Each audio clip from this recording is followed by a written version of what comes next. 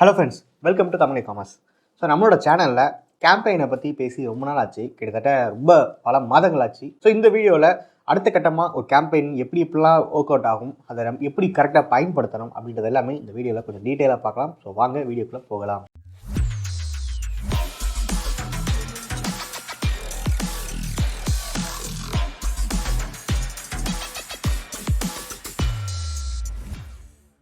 Friends, இன்றைக்கி பார்த்தீங்கன்னா நான் வந்து ஒரு ஹைலி ப்ரொஃபஷனல் எக்ஸ்பர்ட் டிஜிட்டல் மார்க்கெட்டர்னு சொல்ல முடியாது. ஆனால் ஒரு டிஜிட்டல் மார்க்கெட் அப்படின்னு சொல்கிறதுக்கு எனக்கு ஒரு கான்ஃபிடென்ட் கொடுத்ததே பார்த்தீங்கன்னா அமேசான் கேம்பெயின்ஸ் தான். விச் மீன்ஸ் எனக்கு இன்றைக்கி திருக்கி கூகுள் ஆட்ஸு, சோஷியல் மீடியா ஆட்ஸாக ரன் பண்ணுறதுக்கான ஒரு கம்ஃபர்ட் ஜோனையும் ஒரு கான்ஃபிடென்ட்டையும் கொடுத்தது ஃபஸ்ட்டு ஸ்டேஜ் என்னென்னா அமேசானில் நான் கேம்பெயின் ரன் பண்ண ரீசன் தான்.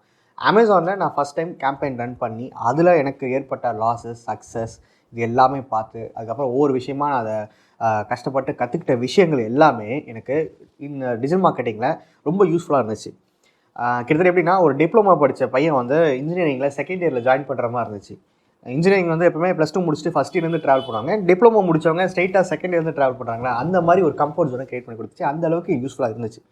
இது ஏன் சொல்ல வரேன்னா, நீங்கள் ஒரு இகாமர்ஸ் செல்லராக இருக்கிற பட்சத்தில் ஒவ்வொருத்தருமே கேம்பெயினை ட்ரை பண்ணி பார்க்கணும். அது என்னென்னா, பிளைண்டாக ட்ரை பண்ணக்கூடாது. ஓரளவுக்கு ஒரு ப்ராப்பரான கைட்லைன்ஸோட, ஒரு ப்ராப்பரான நாலேஜோட நீங்கள் ட்ரை பண்ணி பார்க்கணும். மினிமம் பட்ஜெட்டோட ட்ரை பண்ணி பார்க்குறது எப்போவுமே தப்பு இல்லை.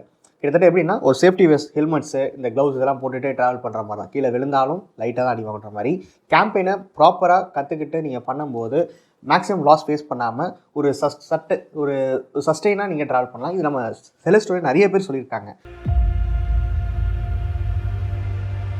ரெண்டாவது ஆட் கொடுக்குறேங்க சார். கேம்பெயின்ஸ் ஆமாம், கேம்பெயின் ரன் பண்ணுறேன். ஃபஸ்ட்டு இமிடேஷன் ஜுவல்லரியிலேருந்தே கேம்பெயின் ரன் பண்ண ஆரம்பிச்சிட்டேன்.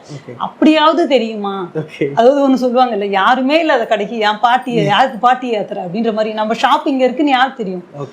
எவ்வளோ பேர் அமேசானில் ஸ்டார்டிங் இவ்வளோ பேர் சக்ஸஸ் ஆகிருப்பாங்க. அவங்களுக்கு தான் முன்னாடி இருக்கும். நம்ம இப்போ வந்த செல்லர் நம்மளது எப்படி இருக்கும்? ஆட்லாம் கொஞ்சம் கொடுத்து, அதாவது ஒரு அட்வான்ஸ், கடைக்கு அட்வான்ஸ் கொடுக்குற மாதிரி ஒரு செலவு. ஒரு ஷாப் வச்சு ஒரு 4 மந்த்து பிஸ்னஸ் ஆகலாம் கூட நான் ரெண்ட் கொடுத்து தான் ஆகணும். ஆமாம், எனக்கு இதில் ரெண்ட் கிடையாது.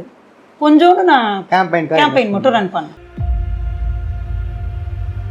மற்றபடி வந்து நம்மளுக்கு சேல்ஸ் நல்லா இப்போ ஒரு 4 மந்த்ஸாக தான் வந்து எனக்கு நல்ல சேல்ஸு. அதுக்கு முன்னாடி பார்த்தீங்கன்னா எனக்கு அமேசானில் ஒரு 150 ஆர்டர்ஸ் கிட்ட வரும். மற்ற பிளாட்ஃபார்ம்லேயும் வந்து ஆர்டர்ஸ் ரொம்ப கம்மியாக தான் வந்துட்டு இருந்து. அதுக்கப்புறம் ஒரு ஸ்டேஜில் வந்து ஏதாவது பண்ணியே ஆகணுன்றதுக்காக வந்து அட்வர்டைஸ்மெண்ட் ரன் பண்ண ஆரம்பிச்சிட்டேன் கேம்பெயினில். அமேசானு, ஃப்ளிப்கார்ட்டு, மீஷோலையும். மூணுத்துலேயும் அமேசானில் பார்த்தீங்கன்னா டெய்லி 100 rupees அந்த ஒரு சில ப்ராடக்ட் எனக்கு மூவ் ஆகுது பார்த்தீங்களா, கொஞ்சம் ஓரளவு வால்யூம் மூவ் ஆகுதுட்ட வந்து கேம்பெயின் ரன் பண்ணிட்டேன். அது வந்து நான் ஒரு 3 கீவேர்ட்ஸ் தான் யூஸ் பண்ணேன். நிறைய கீவேர்ட்ஸ்லாம் போல 3 கீவேர்ட்ஸ் போட்டு அதுக்கு பிட்டிங் வேல்யூலாம் வச்சுட்டு ரன் பண்ண விட்டேன். காசு போனால் பரவாயில்ல, என்ன வேணா ஆகட்டும்ட்டு. அது மந்த்லி பார்த்தீங்கன்னா டெய்லி 100 rupeesன்றதுனால மந்த்லி வந்து 3000 வந்து நம்மளுக்கு அட்வர்டைஸ்மெண்ட் ஸ்பெண்ட் ஆகுது. இப்படியே நான் வந்து ஒரு 2 months விட்டதுக்கப்புறம் பார்த்தீங்கன்னா எனக்கு ஆர்கானிக்காகவே சேல்ஸ் வந்து நிறைய இன்க்ரீஸ் ஆச்சு.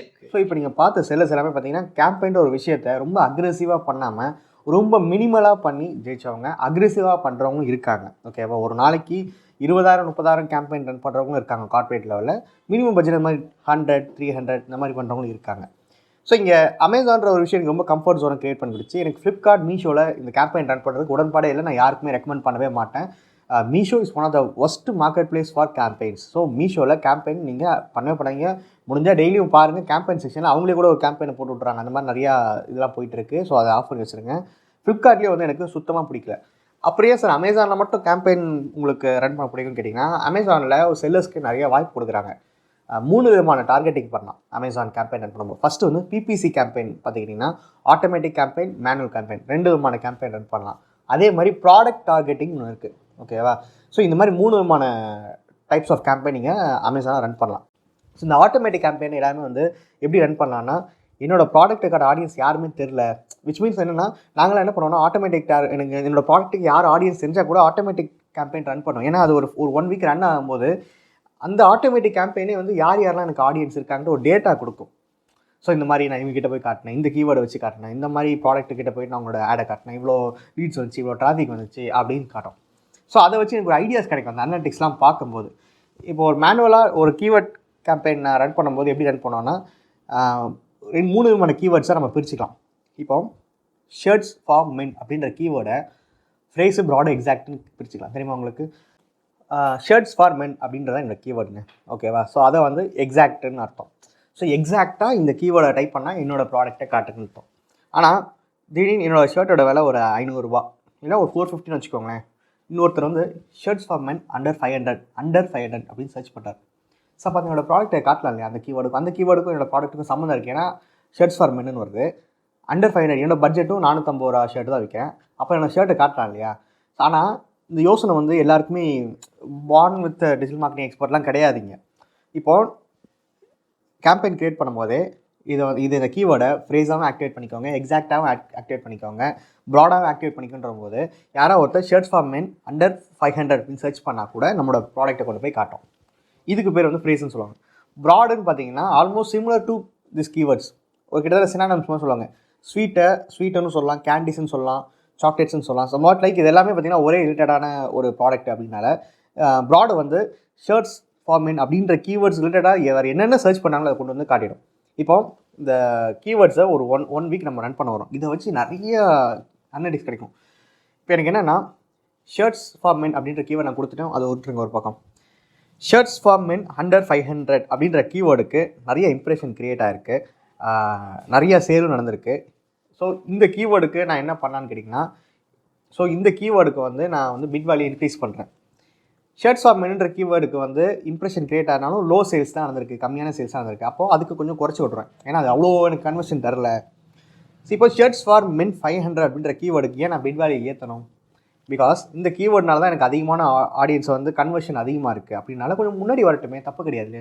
கிட்டத்தட்ட ஜெயிக்கிற குதிரை மேலே நிறைய காசு கட்டி பந்தயம் ஓடுற மாதிரி. இப்போ கிண்டியெல்லாம் பார்த்தீங்கன்னா நிறைய குதிரை ஓடும், 2-3 குதிரை கூட சில பேர் காசு கட்டுவாங்க வேறு ஆளை வச்சு.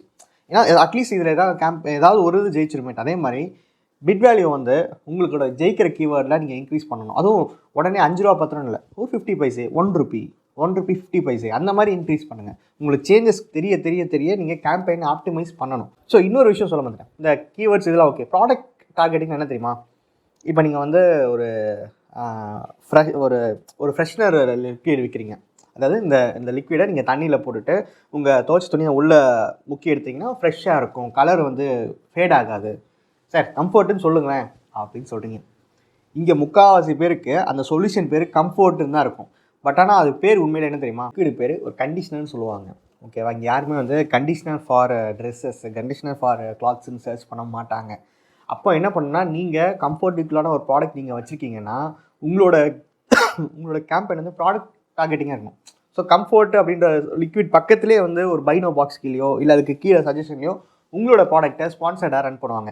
ஸோ அப்போ உங்களுக்கு பரவாயில்லையே, இதே ரிலேட்டடான ப்ராடக்ட் இன்னொன்று இருக்குது, நம்ம இதே பர்ச்சேஸ் பண்ணாமல் அதுவும் கம்மி ரேட்டுக்கு இருக்கே அப்படின்னு சொல்லி மக்கள் உங்களோட ப்ராடக்ட்டுக்குள்ளே வந்து வாங்குறதுக்கான வாய்ப்பு இருக்குது. இது பேர் ப்ராடக்ட் டார்கெட்டிங். இதுவும் எனக்கு ரொம்ப ஒரு கேம்பெயின் ரன் பண்ணுறது யூஸ்ஃபுல்லாக இருந்துச்சு. இந்த மாதிரி நிறைய விஷயங்கள் இருக்குது. பட் ஆனால் அது யாருமே தெரியாமல் 5000 rupeesக்கு ரன் பண்ணுறது சேல்ஸ் வரையிறது. நான் கடைசியாக நான் ஒன்று சொல்லிக்க விரும்புகிறேன், கன்வர்ஷன் ஃபேக்டர்ஸ்க்கு எத்தனை பேர் நீங்கள் உழைக்கிறீங்க? நெக்ஸ்ட் வீக் வெள்ளிக்கிழமை ஒரு பெரிய படம் ரிலீஸ் ஆகுது, லைக் விடுதலை, லைக் சிம்புவோட படம் 10 தலை, இந்த மாதிரி நிறைய ரிலீஸ் ஆகுது. இப்போ அவங்க எல்லாமே வந்து ஆடியோ லான்ச்சு, பிஹைண்ட் மாதிரி சேனலில் பேட்டி கொடுக்கறது, டிவியில் பேட்டி கொடுக்கறது, ஒரு ஈவெண்ட் கண்டக்ட் பண்ணுறது, இதெல்லாம் எதுக்கு? என்னோடய படத்தில் இந்த மாதிரி விஷயங்கள் இருக்குது, நாங்கள் இந்த மாதிரி உழைச்சிருக்கோம், இந்த மாதிரி கஷ்டப்பட்டிருக்கோம், இந்த மாதிரி இது எல்லாமே வந்து ஒரு கன்வர்ஷன் ஃபேக்டர்னு சொல்லுவாங்க. ஆடியன்ஸை என் படத்தில் இது இருக்குது நீங்கள் வாங்க. ஆனால் அதே மாதிரி உங்களோட ப்ராடக்ட் பேஜ், அதாவது நீங்கள் லிஸ்டிங் பண்ணதுக்கப்புறம் அமேசானோட டிஸ்பிளே அந்த ப்ராடக்ட் பேஜில் நீங்கள் என்ன பண்ணி வச்சுருக்கீங்க? ஐ மீன் உங்களுக்கு அமேசானோட வேலை என்னென்னா, நீங்கள் கேம்பெயின் செலவு பண்ணுறீங்க, அவங்க விசிட்டர்ஸை கொண்டு வந்து விட்டுறாங்க, இம்ப்ரெஷன் கிரியேட் பண்ணி விசிபிலிட்டி கிரியேட் பண்ணி கிளிக் பண்ணி உள்ளே வர வச்சுட்டாங்க. எண்ட் ஆஃப் த டே நீங்கள் அவங்களுக்கு ஒரு கஸ்டமர் வாங்குறதுக்கு நீங்கள் என்ன அவங்கள வந்து மைண்ட் வாஷ் பண்ணுறதுக்கு வச்சுருக்கீங்க? டம்மியாக ஏதாவது ரேட்டிங்ஸ் வச்சுருக்கீங்களா? A+ வச்சுருக்கீங்களா? ப்ரைஸிங் ஃபேக்டர் ஏதாவது காம்ப்ரமைஸ் பண்ணியிருக்கீங்களா? இல்லை இமேஜஸ் அட்ராக்டிவாக வச்சுருக்கீங்களா? உங்களோட யூனிக் செல்லிங் பாயிண்ட்டுக்காக நீங்கள் என்ன உழைச்சிருக்கீங்கன்றதை யோசிப்பாங்க. இதை நீங்கள் ப்ராப்பராக வந்து ஒரு கன்வர்ஷன் ஃபேக்டர் வச்சா மட்டும்தான் கேம்பெயின்லேருந்து டிராஃபிக் வந்து கன்வர்ஷனாக மாறும். அப்படி இல்லைன்னா வருவாங்க பார்ப்பாங்க போயிடுவாங்க, வருவாங்க பார்ப்பாங்க போயிடும், லாஸில் தான் என்ன ஆகும். ஸோ கன்வர்ஷன் ஃபேக்டருக்கு நீங்கள் ஏதாவது பண்ணணும். ரிவ்யூஸ் வந்து ஒரு குவாலிட்டி ரிவ்யூஸ் கலெக்ட் பண்ணணும். கேட்லாகிங் பார்த்தீங்கன்னா ரொம்ப அட்ராக்டிவாக பண்ணணும். உங்களோட காம்படேட்டர்ஸ்க்கு ஈக்குவலாக நீங்கள் பண்ணி ஆகணும். சார் நாங்களாம் ஸ்மால் செல்லர், இந்த கதையே வேண்டாம். இங்கே எல்லாருமே ஸ்மால் செல்லர்ஸ் தான், அதுக்கப்புறம் தான் கார்பரேட்டாக மாறுறாங்க. உங்களோட சர்வே ஆஃப் த ஃபிட்டஸ்க்கு நீங்கள் உழைக்கணும். ஈவன் நம்மளோட அப்கமிங் செல்லர் ஸ்டோரியில் கூட நீங்கள் பார்ப்பீங்க, ஹசினா அகமதுன்ற ஒரு விமன் என்டர்பிரனர் மேம் வந்து அவ்வளோ உழைச்சிருக்காங்க அவங்களோட ஃபுட் ப்ராடக்ட்டுக்கு பிராண்டிங் வைஸ். அவங்க பிராண்டிங்கை பார்த்து நான் மிரண்டு போயிட்டேன். கிட்டத்தட்ட ஒரு நெஸ்லேக்கு ஈக்குவலாக ஒரு பேக்கிங் மெட்டீரியலை ரெடி பண்ணியிருக்காங்க, அதை கேட்லாகிங் பண்ணியிருக்காங்க. ஸோ இவ்வளோ தூரம் ஒரு ஸ்மால் என்டர்பிரனர் வந்து உழைச்சிருக்காங்க. ஸோ அதே மாதிரி நீங்களும் ஏதாவது பண்ணணும். அப்போ தான் வந்து விசிபிலிட்டி, டிராஃபிக், அது கன்வர்ஷன், பர்ச்சேஸாக மாறும்னு சொல்ல வரேன். ஸோ இந்த வீடியோ உங்களுக்கு பிடிச்சி நினைக்கிறேன். வேறு ஏதாவது டவுட்ஸ் இருந்தால் தாராளமாக கமெண்ட் செக்ஷனில் பதிவு பண்ணுங்கள். அடுத்தடுத்த வீடியோஸ் என்ன நான் போஸ்ட் பண்ணலான்ட்டு நீங்களே எனக்கு ஐடியாஸ் கொடுங்க. தேங்க்யூ.